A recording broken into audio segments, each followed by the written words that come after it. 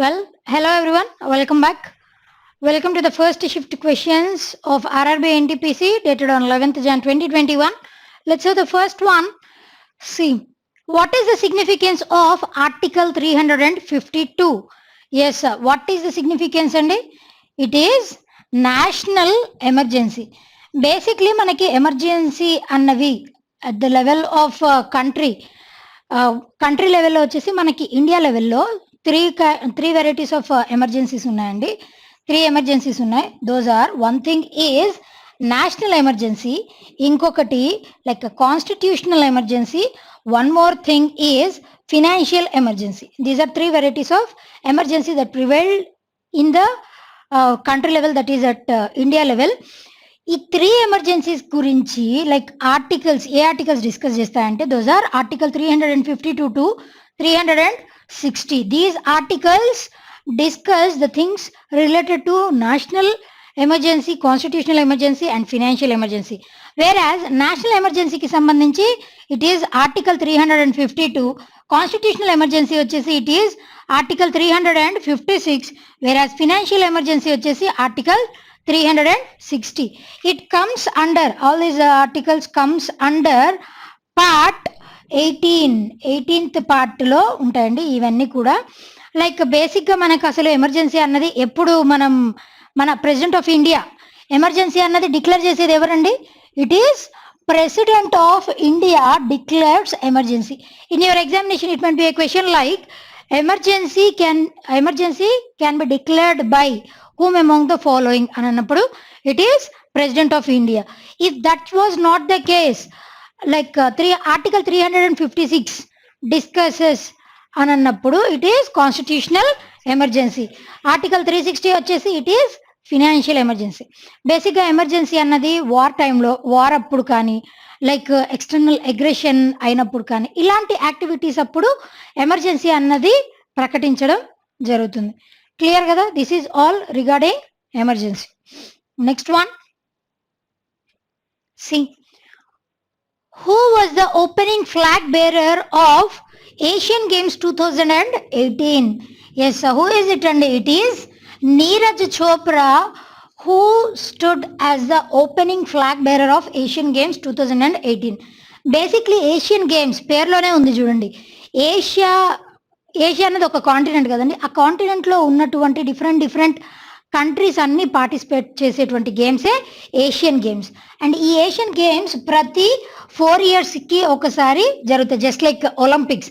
అసలు ఎప్పుడు స్టార్ట్ అయ్యాయి ఏషియన్ గేమ్స్ అన్నవి అని అంటే it was started in the year 1951. 1951లో for the first time conduct చేసినప్పుడు హోస్ట్ ఏది అని అంటే ఇట్ వాజ్ న్యూఢిల్లీ. దాని తర్వాత ప్రతి 4 yearsకి ఒకసారి కండక్ట్ చేస్తూ వచ్చారండి. కానీ 1954లో, 1951 తర్వాత 5లో కండక్ట్ చేయాల్సింది, బట్ 1954లో కండక్ట్ చేశారు. Those are second Asian games. Those were conducted at Manila, Philippines. దాని తర్వాత రెగ్యులర్గా ఫర్ ఎవ్రీ 4 years, దీని తర్వాత 58, 62 ఇట్లా కంటిన్యూస్గా లైక్ రీసెంట్గా అయినటువంటి ఏషియన్ గేమ్స్ వచ్చేసి that was 18th Asian games that were held in the year 2018. దీనికి ఈ ఏషియన్ గేమ్స్ 2018 ఏషియన్ గేమ్స్ అనేవి for the first time 2 places జరిగాయండి. Those 2 places are located in Indonesia. Indonesia capital అయినటువంటి Jakarta and ఇండోనేషియాలో second largest city అయినటువంటి ఇంకొక ప్లేస్లో కూడా ఈ 2018 ఏషియన్ గేమ్స్ అనేవి నిర్వహించడం జరిగింది. దీంట్లో వచ్చేసి విన్నర్ ఎక్కువ మెడల్ సాధించిన కంట్రీ ఏది అని అంటే ఇట్ వాజ్ చైనా 2018లో. అండ్ ఓపెనింగ్ ఫ్లాగ్ బేరర్ వచ్చేసి ఇట్ ఈస్ నీరజ్ చోప్రా. అదేవిధంగా క్లోజింగ్ సెరమనీలో ఫ్లాగ్ బేరర్ ఎవరు అని అంటే it was Rani Rampal. So it might also be a question. Opening flag bearer అన్నారు కదండి. Closing flag bearer of Asian games 2018 అని అంటే it is Rani Rampal. When was the first Asian games started year అడిగితే it is 1951. Host country వచ్చేసి మన ఇండియానే అండి. ఎక్కడ జరిగాయంటే New Delhi. Second one వచ్చేసి మనీలా, ఫిలిప్పైన్స్లో జరిగింది. రీసెంట్ వన్ ఎన్నోది అని అడిగినప్పుడు ఈ 2018లో జరిగినటువంటి ఏషియన్ గేమ్స్ ఎన్నో ఏషియన్ గేమ్స్ అని అడిగితే it is 18th Asian game. పేరులోనే ఉంది 2018 and the games were also 18th one. Clear కదండి? Right. Next one, C in which year Imperial bank of India changed into SBI? What is that year అండి? It is the year 1955. Basically అసలు ఈ Imperial Bank దీని history ఒకసారి consider చేస్తే మనకి bank of Bengal, దీనితో పాటు బ్యాంక్ ఆఫ్ మద్రాస్, దీనితో పాటు one more bank of Bombay, ఈ 3 బ్యాంక్స్ అన్ని కూడా క్లబ్ అయిపోయి ఒక బ్యాంక్ గా ఫామ్ అయ్యాయి, ఒక బ్యాంక్ గా ఎస్టాబ్లిష్ అవ్వడం జరిగింది. That is imperial bank of India అన్న పేరుతో ఎస్టాబ్లిష్ అయ్యింది. ఇది ఎప్పుడు ఎస్టాబ్లిష్ అయ్యింది అని అంటే it was in the year 1921. In your examination like Imperial bank of India established in the year అని అడిగితే it is 1921. Imperial bank of India అన్నది amalgamation of which of the following banks అని అడిగితే it is Bank of Bengal, Bank of Madras, Bank of Bombay. ఈ 3 banks merge అయిపోయి ఇంపీరియల్ bank ఆఫ్ ఇండియాగా 1921లో ఫామ్ అవ్వడం జరిగింది. దాని తర్వాత 1955లో ఈ ఇంపీరియల్ బ్యాంక్ కాస్త మనకి ఇండిపెండెన్స్ వచ్చిన తర్వాత నేషనలైజ్ అయ్యి ఇంపీరియల్ బ్యాంక్ కాస్త స్టేట్ బ్యాంక్ ఆఫ్ ఇండియాగా మారడం జరిగింది. సో SBI అన్నది మనందరికీ తెలుసు, it is the largest public sector bank. ఇప్పుడు మన ఇండియాలో కన్సిడర్ చేస్తే it is the largest public sector bank. Public sector banks విషయానికి వస్తే యాజ్ ఆఫ్ నో టోటల్ ఎన్ని పబ్లిక్ సెక్టర్ బ్యాంక్స్ ఉన్నాయండి? టోటల్లీ 12. ఇది వరకు అయితే 27 ఉండేవి. కాకపోతే ఈ 27లో ఏమయ్యాయి, 10 బ్యాంక్స్ అన్నవి మెర్జ్ అయ్యి 4 బ్యాంక్స్ గా ఫామ్ అయిన కారణం చేత 12 బ్యాంక్స్ కి వచ్చేసింది వీటి నెంబర్ అన్నది. ఆ బ్యాంక్స్ మెర్జర్ కూడా మీకు ఆల్రెడీ ఎక్స్ప్లెయిన్ చేయడం జరిగింది. అవి కూడా ఈ రీసెంట్ 2020లో నుండే అవి కూడా ఎఫెక్ట్ లోకి రావడం జరిగింది. So this is all about imperial bank of India. దీనితో పాటు లైక్ RBI అన్నది ఏ యాక్ట్ ద్వారా ఫామ్ అవ్వడం జరిగింది అని అంటే RBI యాక్ట్ 1934. ఇది వచ్చేసి 1934లో RBI యాక్ట్ అనేది పాస్ అయిందండి. దాని తర్వాత 1935లో RBI అన్నది ఎస్టాబ్లిష్ అయింది. RBI అన్నది ఏ ఇయర్ లో ఎస్టాబ్లిష్ అయింది అని అంటే it is 1935. Under which act RBI was established అంటే RBI యాక్ట్ 1934. దాని తర్వాత RBI got nationalised in the year అని అడిగితే it was in the year 1949. అప్పటి నుంచి RBI అనేది ఒక సెంట్రల్ బ్యాంక్ గా ఆవిర్భవించడం స్టార్ట్ అయింది. So this is all about banking sector and different banks. Clear కదండి? Right. Next one, C blood belongs to which tissue?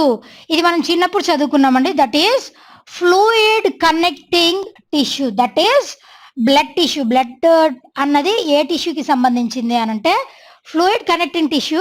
అసలు టిష్యూస్లో 4 వెరైటీస్ ఆఫ్ టిష్యూస్ ఉన్నాయి కదండి, మనందరికీ తెలుసు. ఈ 4 వెరైటీస్ ఆఫ్ టిష్యూస్ ఏంటండి? One thing is connective tissue, దీనితో పాటు మజిల్ టిష్యూ, అండ్ దీనితో పాటు neuron tissue, and the other one is epithelial tissue. So these are 4 varieties of tissues. These are 4 classifications that occur in the case of tissues. Connective tissues విషయానికి వస్తే the best example is like blood. దీనితో పాటుగా ligaments, tendons, ఇవన్నీ కూడా connective tissues కిందకి వస్తాయి.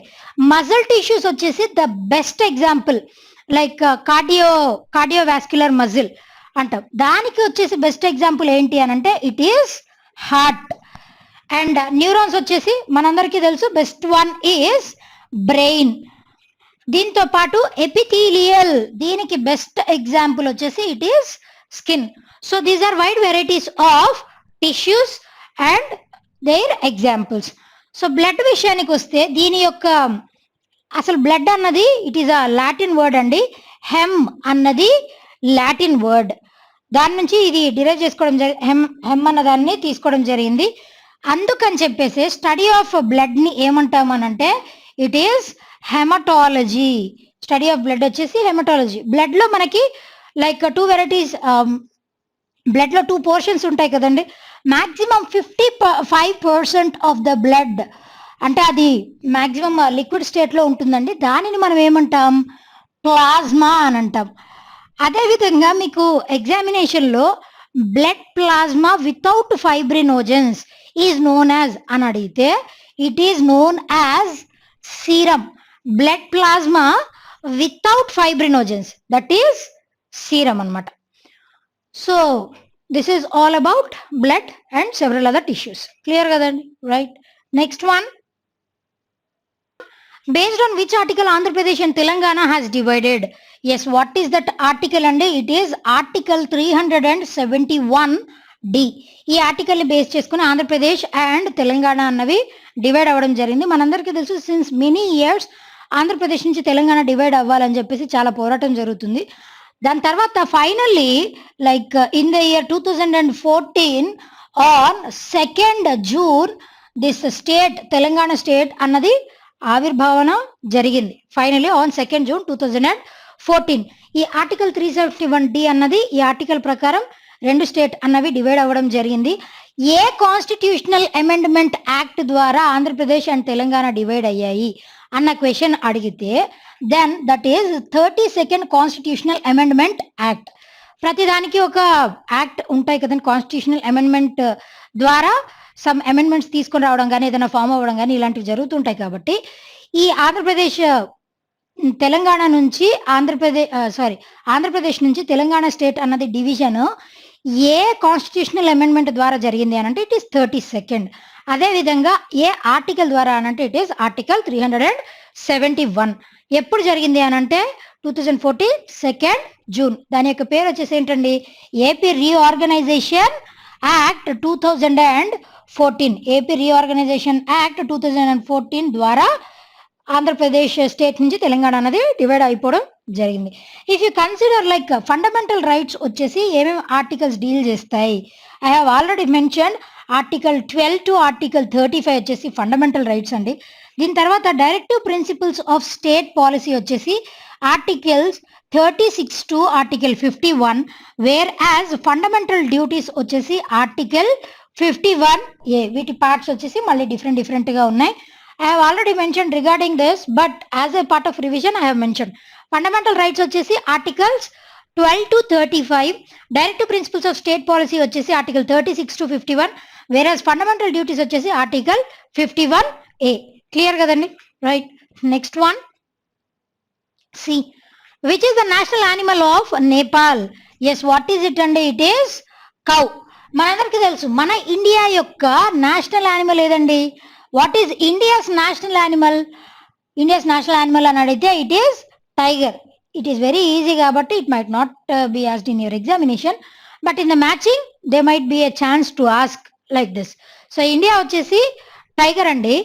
పాకిస్తాన్ వచ్చేసి దాని యొక్క నేషనల్ యానిమల్ ఏంటి అని అంటే it is markhor. This is the national animal of Pakistan. దీంతో పాటు if you consider some other states like New Zealand యొక్క నేషనల్ యానిమల్ వచ్చేసి it is kiwi. Where as United Kingdom దీని యొక్క నేషనల్ యానిమల్ వచ్చేసి ఇట్ ఈస్ లయన్. దీంతో పాటు if you consider like China యొక్క నేషనల్ యానిమల్ వచ్చేసి it is giant panda. And where as Afghanistan యొక్క నేషనల్ యానిమల్ వచ్చేసి it is snow leopard. If you consider like ఇవన్నీ మన ఇండియా యొక్క నేషనల్ యానిమల్ అని అడగకుండా లైక్ ఇండియా యొక్క నేషనల్ ఆక్వాటిక్ యానిమల్ ఏది, ఇండియా యొక్క నేషనల్ ఆక్వాటిక్ యానిమల్ ఏది అని అడిగితే మాత్రం it is Gangetic dolphin. This is the national aquatic animal of India. This question was once asked in UPSC preliminary examination అండి. National aquatic animal of India ఏది అని అంటే it is Gangetic dolphin. Clear కదా? Right. Next one. C, battle of Plassey took place in the year. ఈ question already repeat అయిందండి, మళ్ళీ వస్తుంది.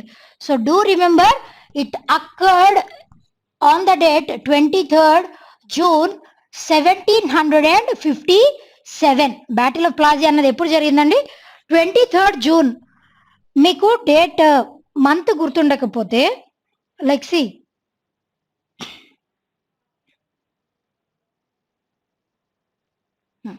Okay, see మీకు బ్యాటిల్ ఆఫ్ ప్లాసీ దాని మంత్ గుర్తుండకపోతే 2 3 ఎంత 6 కదా, అలా గుర్తుపెట్టుకోండి. 23rd June 1757లో బ్యాటిల్ ఆఫ్ ప్లాసీ జరిగింది. ఎవరెవరికి మధ్య జరిగింది అని అన్నప్పుడు it was between Sirajuddaulah nawab of Bengal during that time period. Sirajuddaulah versus Britishers.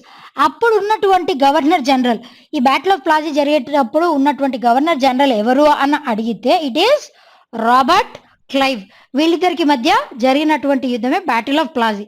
దీని గురించిన హిస్టరీ ఆల్రెడీ మనం చెప్పుకోవడం జరిగిందండి. If you consider some other facts like battle of Buxar కూడా one of the important battles that were found in our history అండి.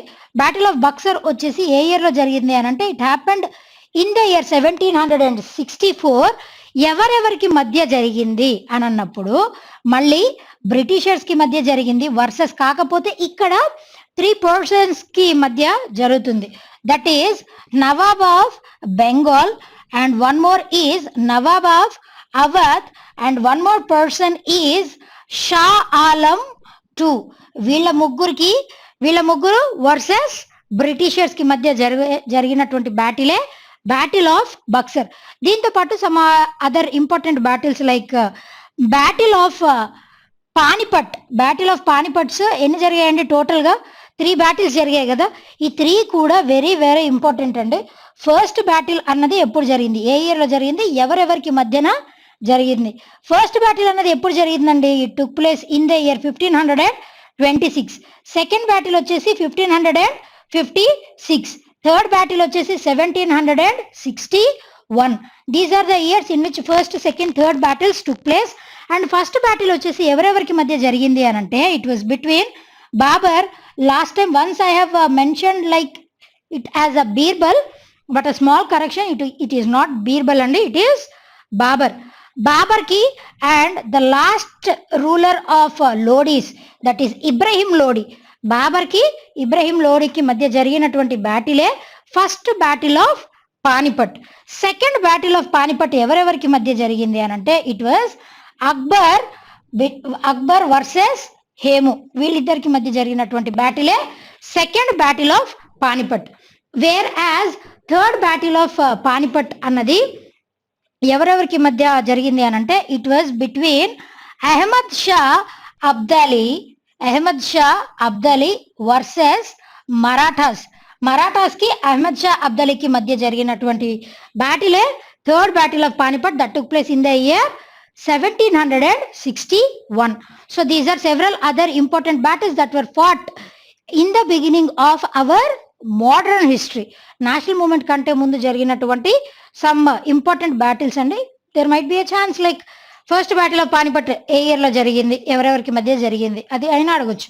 Second battle of Panipat ఏ ఇయర్లో జరిగింది, థర్డ్ బ్యాటిల్ ఆఫ్ పానిపట్ ఏ ఇయర్లో జరిగింది, ఎవరెవరికి మధ్యన జరిగింది అని కూడా అడిగే ఛాన్స్ ఉంది. కాబట్టి I have mentioned.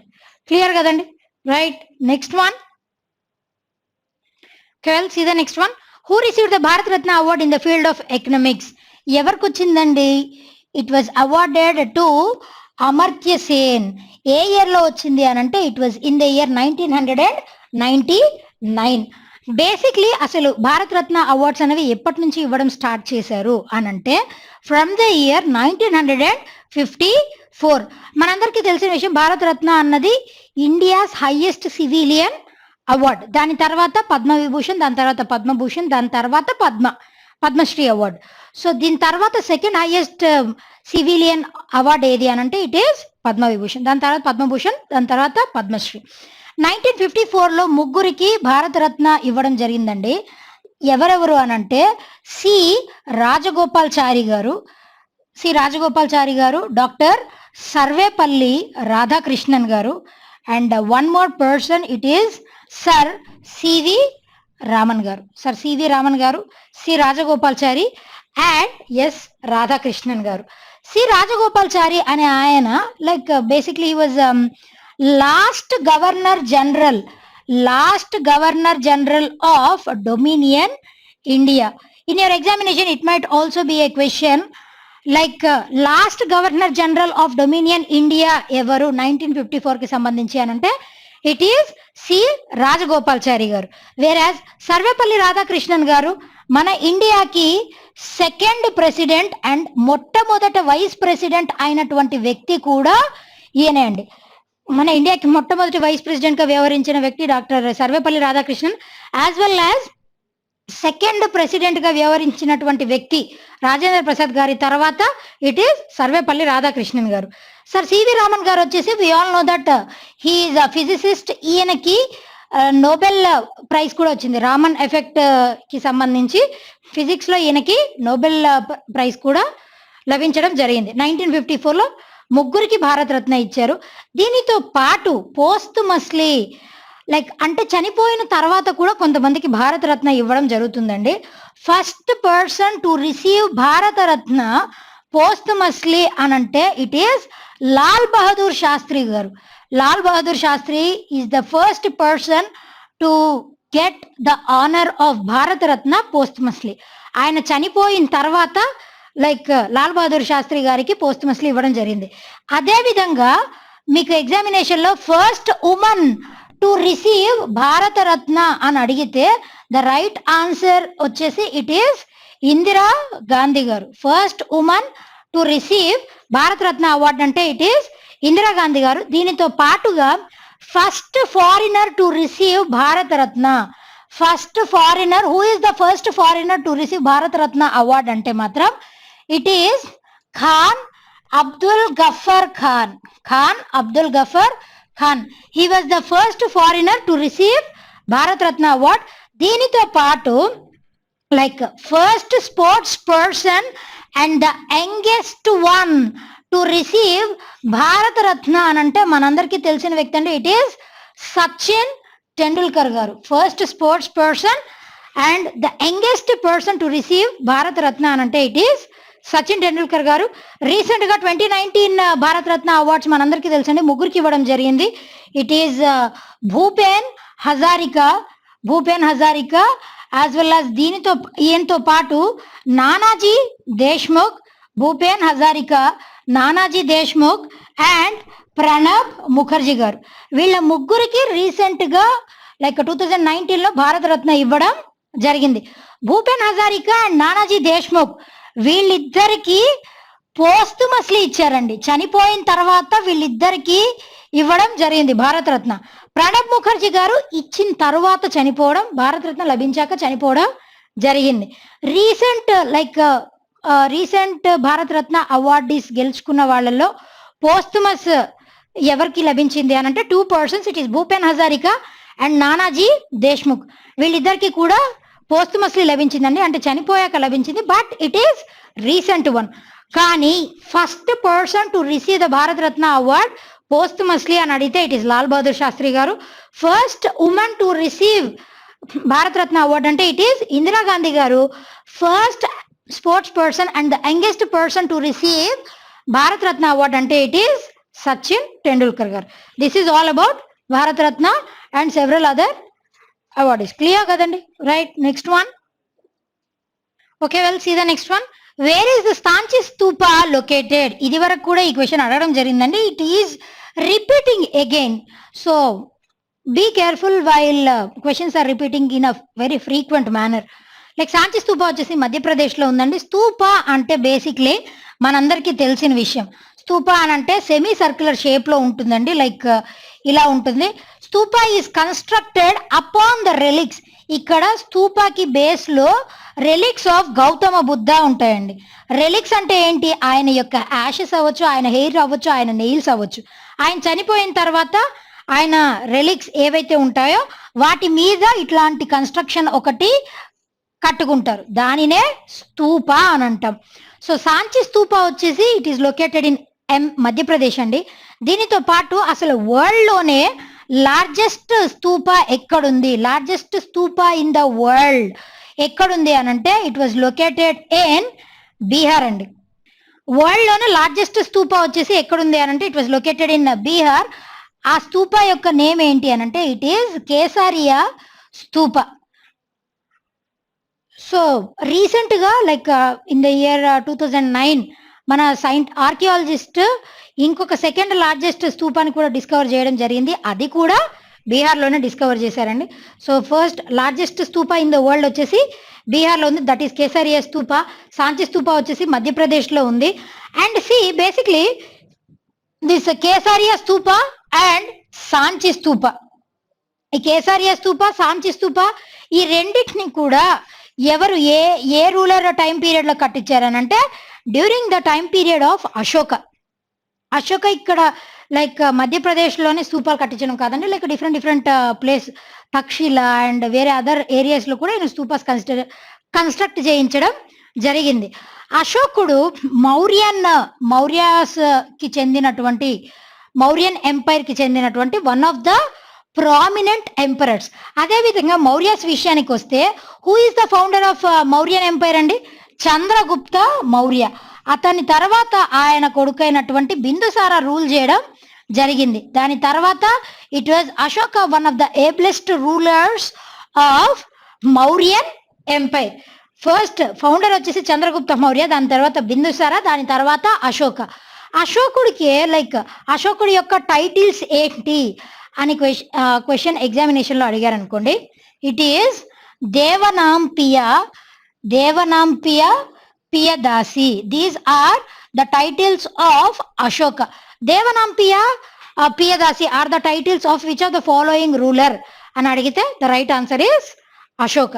We all know that అశోకుడు లైక్ ఆయన ఫాదర్ అయినటువంటి బిందుసార, చంద్రగుప్త మౌర్య వీళ్ళు డిఫరెంట్ రిలీజియన్స్ ని వాళ్ళు ఆపాదించుకోవడం జరిగింది. కాకపోతే అశోకుడు వాళ్ళందరికీ వ్యతిరేకం అని కాదండి, బట్ ఆయనకి బౌద్ధ మతం నచ్చి ఆయన బుద్ధిజంని ఎక్కువ ప్రమోట్ చేసినటువంటి one of the rulers, Mauryan rulers వచ్చేసి it is Ashoka.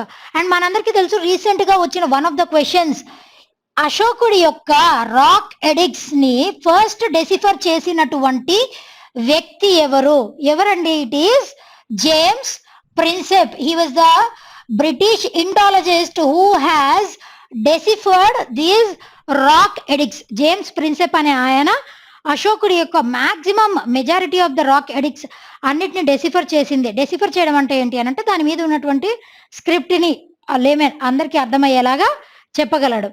So that is the thing, rock edicts. ఇవన్నీ ఈ rock edicts James Prinsep decipher చేసినటువంటి రాక్ ఎడిక్ట్స్ ఏ భాషలో ఉన్నాయి అని అడిగితే the script, sorry not the language, script వచ్చేసి ఇట్ ఈస్ బ్రాహ్మీ స్క్రిప్ట్ అండి. దీనితో పాటు నారిస్, జేమ్స్ ప్రిన్సెప్ అనే ఆయన maximum rock edicts of Ashok అని డెసిఫర్ చేశారు కదండి. దీనితో పాటు నారిస్ అనే వ్యక్తి కేవలం 2 మేజర్ అశోకుడి యొక్క 2 ఇన్స్క్రిప్షన్స్ ని డెసిఫర్ చేసినటువంటి వ్యక్తి ఎవరు అనంటే ఇట్ వాజ్ నారిస్. ఆ 2 కూడా దాని యొక్క స్క్రిప్ట్ బ్రాహ్మీ స్క్రిప్ట్ లో లేదండి. The script that was used in those 2 inscriptions was Kharosthi script. ఈ రెండింటికి మధ్య డిఫరెన్స్ కూడా నేను చెప్పడం జరిగిందండి. బ్రాహ్మీ అంటే లెఫ్ట్ టు రైట్ రాస్తారు, వేరే ఖరోస్తి స్క్రిప్ట్ వచ్చేసి రైట్ టు లెఫ్ట్ ఉంటుంది. In your examination it might be a question like James Prinsep decipher చేసినటువంటి అశోకన్ రాక్ ఎడిక్ట్స్ ఏ స్క్రిప్ట్ లో ఉన్నాయనంటే ఇట్ ఈస్ బ్రాహ్మీ స్క్రిప్ట్. అదే విధంగా లైక్ ఖరోస్తి స్క్రిప్ట్ లో ఉన్నటువంటి అశోకన్ ఇన్స్క్రిప్షన్స్ ని ఫస్ట్ డెసిఫర్ చేసింది ఎవరు అనంటే ఇట్ ఈస్ నారిస్. ఆ ఖరోస్తి స్క్రిప్ట్ అనేది రైట్ టు లెఫ్ట్ రాస్తాం, just like Urdu language. Clear కదండి? So this is all about Ashoka and it's constructions. And ఇంకొక క్వశ్చన్ అడిగే ఛాన్స్ ఉందండి. ధమ్మ అన్న కాన్సెప్ట్ ని ఇంట్రడ్యూస్ చేసింది ఎవరు? The concept of Dhamma was introduced by అని అడిగితే ద రైట్ ఆన్సర్ వచ్చేసి అశోక. ధమ్మ అన్నది సాంస్క్రిట్ వర్డ్ అండి, దాని తర్వాత ధర్మగా మారడం జరిగింది. ధమ్మ అన్న కాన్సెప్ట్ ఇంట్రడ్యూస్ చేసింది కూడా అశోకుడే. క్లియర్ కదండి? Right. Next one, where the International Atomic Research Center is located. See, it is not International Atomic Energy Agency andi.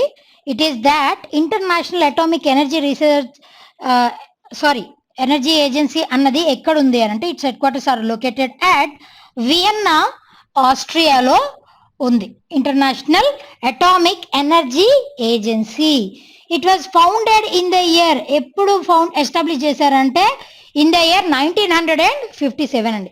దీనితో పాటుగా వియన్నా, ఆస్ట్రియాలో ఉన్నటువంటి వేరే సెవరల్ ఇంటర్నేషనల్ ఆర్గనైజేషన్ ఆర్గనైజేషన్స్ కొన్ని కన్సిడర్ చేస్తే like international chamber of commerce, అవి కూడా Vienna ఆస్ట్రియాలో ఉన్నాయండి. దానితో పాటుగా ఇంటర్నేషనల్ పోలీస్ అసోసియేషన్, అది కూడా వియన్నా ఆస్ట్రియాలో ఉంది.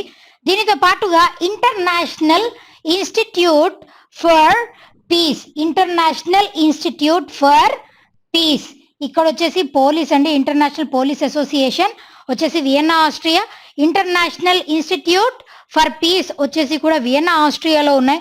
దీంతో పాటు రీసెంట్ గా అడిగినటువంటి question, OPEC organization for petroleum exporting countries, దీని యొక్క హెడ్ క్వార్టర్స్ కూడా వియన్నా ఆస్ట్రియాలో ఉన్నాయి. దీనితో పాటు world wildlife fund for nature, దీని యొక్క హెడ్ క్వార్టర్స్ కూడా వియన్నా ఆస్ట్రియాలో ఉన్నాయి.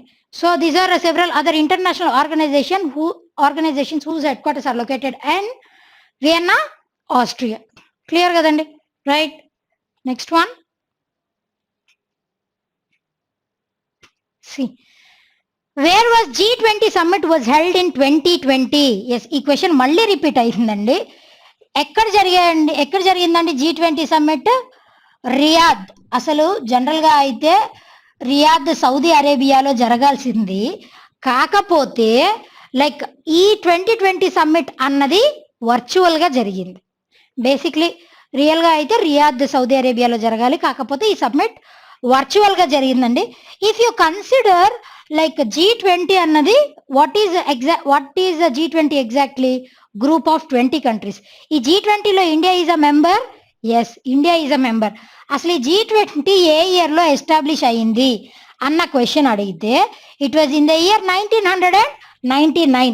ఎస్టాబ్లిష్ అయింది 1999. మరి ఫస్ట్ సమ్మిట్ ఎప్పుడు కండక్ట్ చేయడం జరిగింది అని అంటే, ఫస్ట్ సమ్మిట్ వచ్చేసి G20ది it was conducted in the year 2008.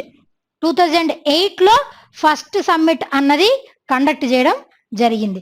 రీసెంట్గా జరిగినటువంటి లైక్ G20 కంటే ముందు 2019లో జరిగినటువంటి సమ్మిట్ ఎక్కడ జరిగిందండి? It was Osaka, Japan. Osaka, జపాన్లో 2019లో జరిగింది. అదేవిధంగా 2008లో ఎక్కడ జరిగింది అని అంటే వాషింగ్టన్ DC. 2008లో వాషింగ్టన్ DCలో జరిగింది ఫర్ ద ఫస్ట్ టైం. దాని తర్వాత రీసెంట్గా 2020 సమ్మిట్ అనేది వర్చువల్గా జరిగింది under the presidency of Saudi Arabia.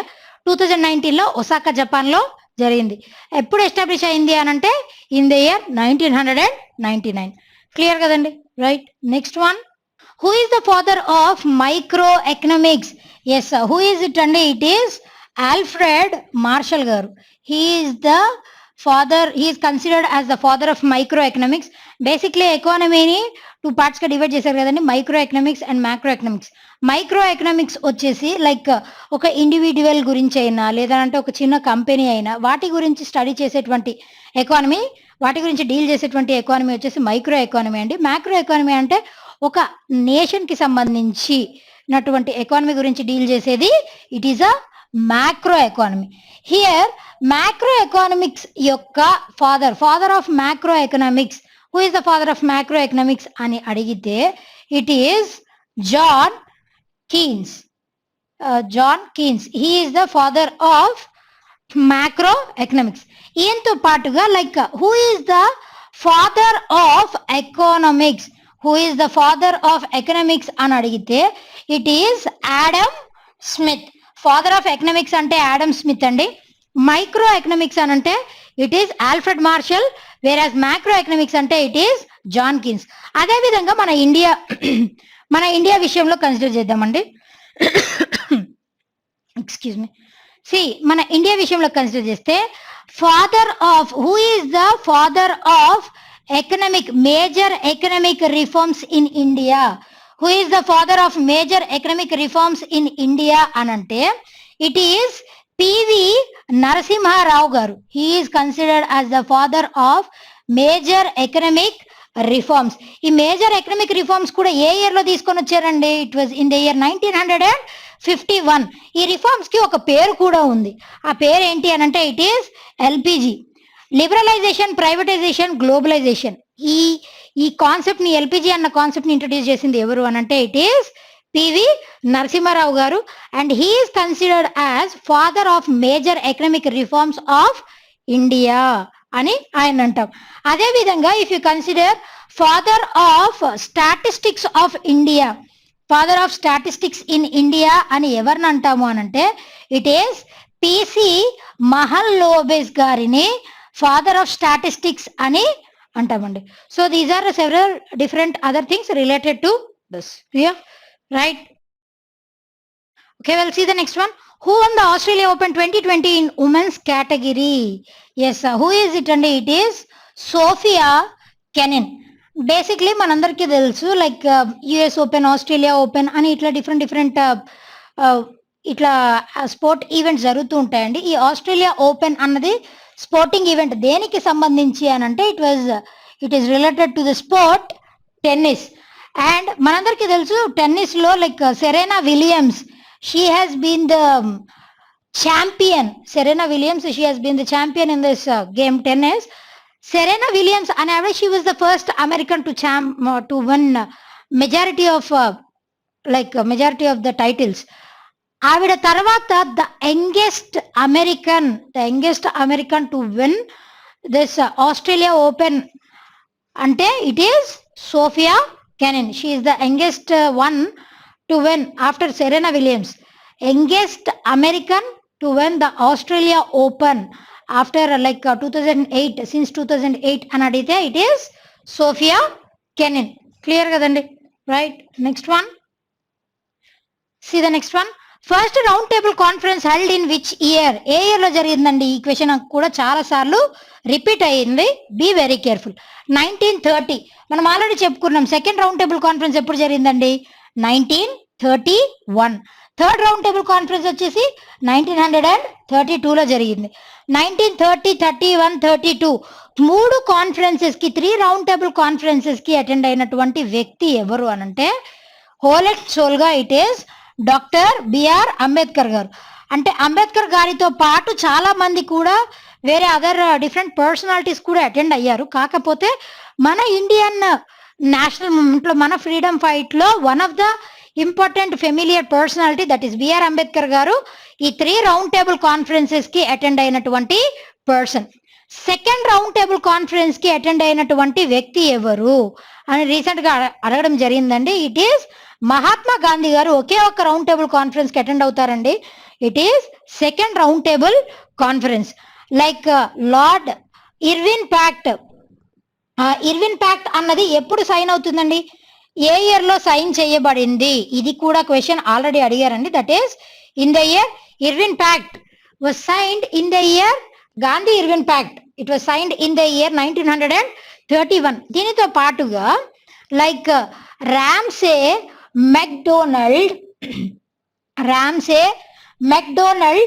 Communal award, Ramsay MacDonald communal award అన్నటువంటి దానిని ఎప్పుడు ఇంట్రడ్యూస్ చేశారు అని అంటే it was introduced in the year 1932.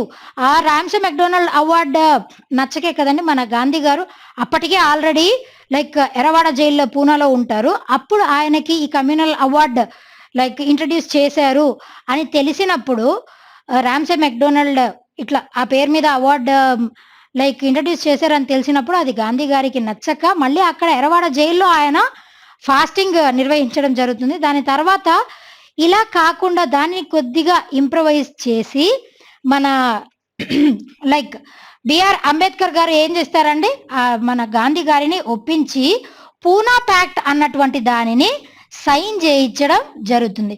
Poona pact occurred between whom among the following అని అంటే ఇట్ వాజ్ బిట్వీన్ గాంధీకి లైక్ బిఆర్ అంబేద్కర్ గారికి మధ్యన జరుగుతుంది పూనా ప్యాక్ట్ అన్నది.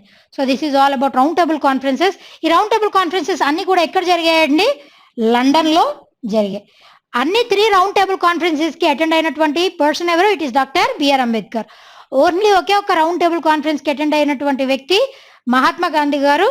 It is second round table conference. Mahatma Gandhi గారు అటెండ్ అయినటువంటి రౌండ్ టేబుల్ కాన్ఫరెన్స్ ఏది అని అంటే it is second round table conference. A year అంటే 1931. క్లియర్ కదండి? Right. Next one.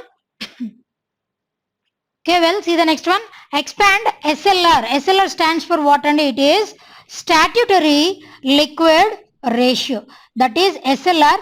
If banking terminology lo aithe SLR, if it is in the case of cameras, camera విషయానికి వస్తే it is single lens reflex. Camera విషయంలోకి వస్తే SLR stands for single lens reflex. అంటే quality బాగా ఎక్కువ quality రావాలి అని అంటే కెమెరాలో యూజ్ చేసేటువంటి రిఫ్లెక్స్ లెన్స్ ఏది అని అంటే it is single lens reflex.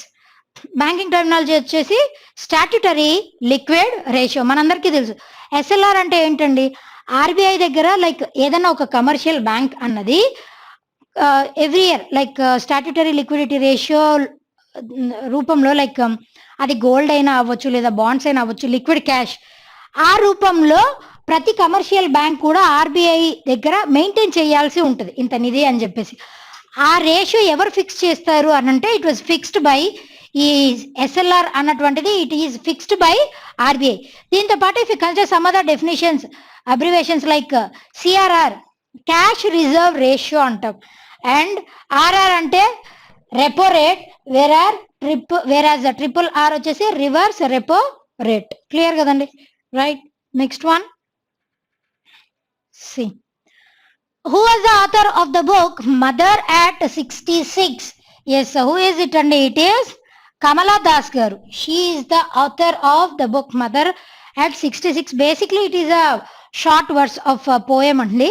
ఈ మదర్ అట్ 66 ఆ బుక్ అన్నది దేనికి సంబంధించి అని అంటే కమలా దాస్ గారు అండ్ వాళ్ళ మదర్ వీళ్ళిద్దరు కూడా లైక్ వేరే ప్లేస్కి ట్రావెల్ చేస్తున్నప్పుడు కొచ్చిన్ ఎయిర్పోర్ట్లో వీళ్ళిద్దరు పక్క పక్కన కూర్చున్నప్పుడు వాళ్ళ అమ్మగారు who is of 60 years old వాళ్ళ అమ్మగారిని చూస్తూ లైక్ ఒక పర్సన్కి వయసు వస్తే లైక్ వృద్ధాప్యం వస్తే వాళ్ళు ఎలా బిహేవ్ చేస్తారు, దాని తర్వాత final stage is death.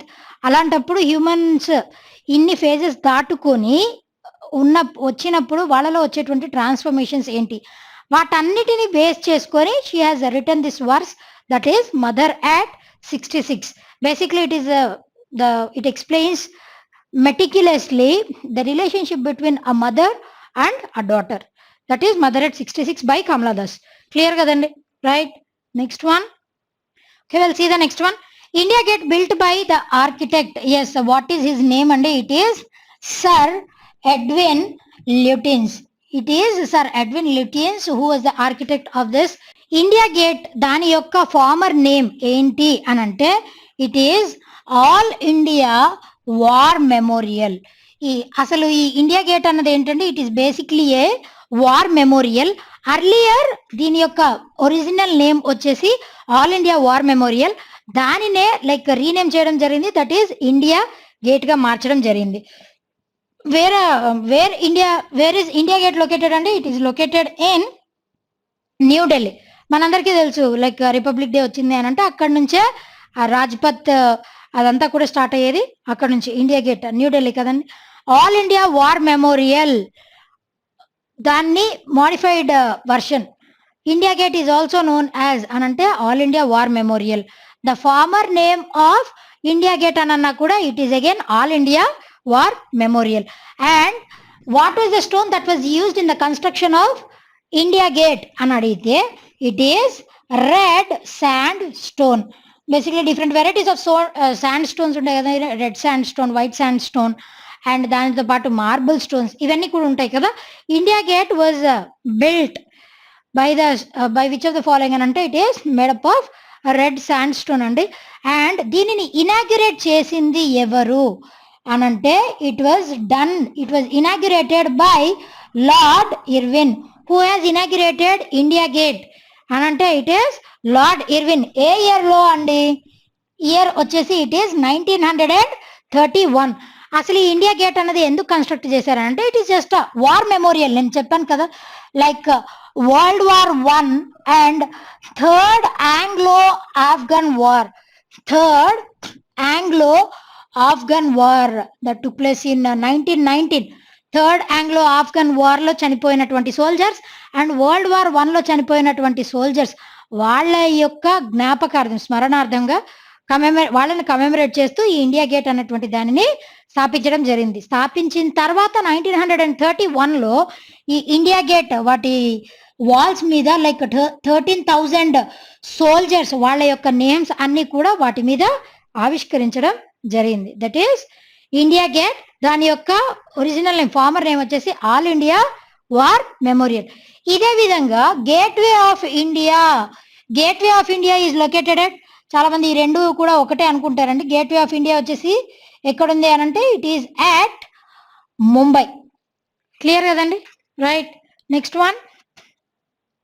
Okay, we'll see the next one. Name the chemical derived from sugar cane. What is it? And it is sucrose. Like basically sugars వచ్చేసి 2 varieties of sugars ఉంటాయండి. Sugars లో 2 varieties ఉంటాయి. Those 2 varieties are simple sugars and compound sugars. Simple sugars వచ్చేసి వాటినే like monosaccharides అని కూడా అంటాం. Simple sugars are also known as monosaccharides, whereas compound sugars వాటిని డైసాకరైడ్స్ అని అంటాం.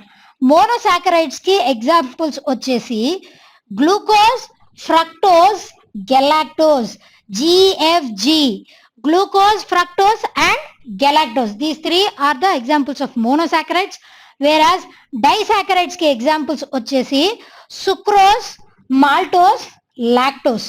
These three are the examples of disaccharides. ఇప్పుడు sucrose అన్నది ఏ రకమైనటువంటి షుగర్ అనంటే it is disaccharide, that is compound sugar. Sucrose, maltose, lactose ఈ three కూడా like compound sugars అండి. Whereas glucose, fructose, galactose ఈ త్రీ అన్నటువంటి simple sugars, those are also known as monosaccharides. Whereas sugar cane derive చేసేటప్పుడు వచ్చేటువంటి by products, కొన్ని by products కూడా వస్తాయండి. Those are like molasses one of the by product. దీనితో పాటుగా other by product వచ్చేసి like baggage.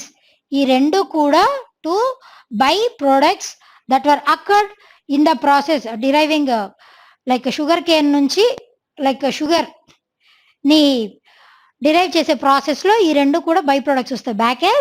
Baggage as well as molasses, ఈ రెండు by products. Okay, we'll see the next one. Who organized the UNCED summit in 1992 held in? Yes, ఎక్కడ జరిగింది? This is the question అండి. Answer వచ్చేసి it is Brazil. బ్రెజిల్లో ఉన్నటువంటి Rio de Janeiro బ్రెజిల్లో it is one of the largest cities in Brazil. Rio de జెనేరియోలో United Nations conference on environment and development summit అనేది 1992లో జరిగిందండి. దీనినే రియో డి జెనేరియో సమ్మిట్ అని అంటాం, లేదు అనంట అర్త్ సమ్మిట్ 1992 అని కూడా దీనికే పేరు. If in your examination earth summit 1992 was held at అనంటే రియో డి జెనేరియో బ్రెజిల్. దాని తర్వాత 2012లో one more summit was done అండి, that was United Nations conference on sustainable development. United Nations conference on sustainable development, this is the extension for this summit. దీనికే ఇంకొక పేరు, ఇది కూడా రియో డి జెనేరియోలోనే జరిగిందండి బ్రెజిల్లో. దీనికి ఇంకొక పేరు ఏంటి అని అంటే it is earth summit 2012 or Rio plus 20 summit అన్నా కూడా 2012 United Nations conference on sustainable development, లేదు అర్త్ సమ్మిట్ 2012 అన్నా కూడా ఇదే United Nations conference on sustainable development. ఈ రెండు కూడా బ్రెజిల్లో జరిగినటువంటి important summits. Clear? Right. Next one, the last one for today. The great depression in America occurred in the year. Yes, ఏ ఇయర్లో ద గ్రేట్ డిప్రెషన్ కలిగిందండి, సంభవించింది? It was in the year 1929. 1929 నుంచి 1939 వరకు 10 సంవత్సరాల పాటు ద గ్రేట్ డిప్రెషన్ అన్నది continue అయింది. బేసిక్లీ మనకి ఈ like GDP fluctuations like increase అవ్వడం, సడన్ గా డిక్రీజ్ అవ్వడం, వీటిలో డిఫరెంట్ వెరైటీస్ ఉన్నాయండి. వాటిలో లైక్ రెసెషన్ అని మనందరం వినే ఉంటాం. రెసెషన్ అంటే ఏంటి అని అంటే లైక్ జీడిపి యొక్క గ్రోత్, జీడిపి అన్నది దాని యొక్క పెరుగుదల ఉండకపోగా తగ్గిపోతూ ఉంటుంది. Fall down of GDP could be seen when recession occurs. అదే రెసిషన్ కొన్ని ఏళ్ల పాటు కంటిన్యూ ప్రొలాంగ్ అవుతూ ఉందనుకోండి, అప్పుడు ఇట్ లీడ్స్ టు డిప్రెషన్. అలా కలిగినటువంటి one of the depressions that were occur in the case of America వచ్చేసి in the year 1929. That is considered as the great depression. ఎందుకు అమెరికాని అంత ఇదిగా కన్సిడర్ చేసినామనంటే, దానివల్ల 1929లో కలిగినటువంటి ద గ్రేట్ డిప్రెషన్ వల్ల ప్రపంచం మొత్తం కూడా స్తంభించిపోయింది. అందుకని చెప్పేసి కేవలం అమెరికా ఒక్కటే ఎఫెక్ట్ అవ్వలేదండి, చాలా parts of the world effect అవ్వడం జరిగింది. దాని తర్వాత another depression was also occurred in the case of America. అది ఎప్పుడు జరిగింది అనంటే ఇన్ ద ఇయర్ 2008. మనందరికీ తెలుసు 1929 కంటే ముందు ఏం జరిగిందండి, లైక్ వరల్డ్ వార్ 1 జరిగింది. అలా ఇండస్ట్రియలైజేషన్లో చాలా వరకు ర్యాపిడ్ తగ్గుదల, సడన్ డ్రాస్టిక్ చేంజ్ అన్నది ద గ్రేట్ డిప్రెషన్ ద్వారా అమెరికా ద్వారా ప్రపంచం మొత్తానికి సంభవించడం జరిగింది. క్లియర్ కదండి, రైట్?